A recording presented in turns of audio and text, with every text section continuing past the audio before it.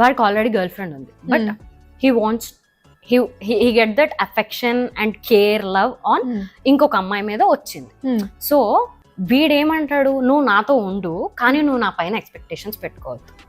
Okay, just time being టెంపరరీగా. Why?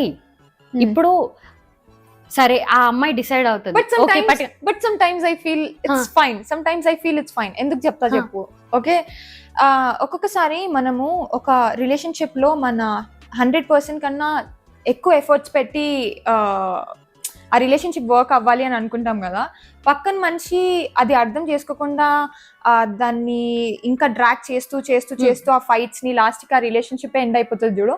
ఆ moment లో you feel it, or every time that you fight for your fight for attention, love, care that అవతల మనిషి నుంచి రావాలి అన్నది ఇంపార్టెన్స్, ప్రయారిటీ మనం ఉండాలి అన్నప్పుడు ప్రతి దానికి మనం ఫైట్ చేస్తాం చూడు. అప్పుడు అనిపిస్తుంది, అరే ఇంత సీరియస్ గా ఉండేదానికన్నా జస్ట్ టెంపరీగా ఏదో ఒక రిలేషన్షిప్ ఉంటే నాకింత బాధ ఉండదు అండ్ పక్కనోడికి ఎంత ఉండదు అని ఒక for second I feel like that.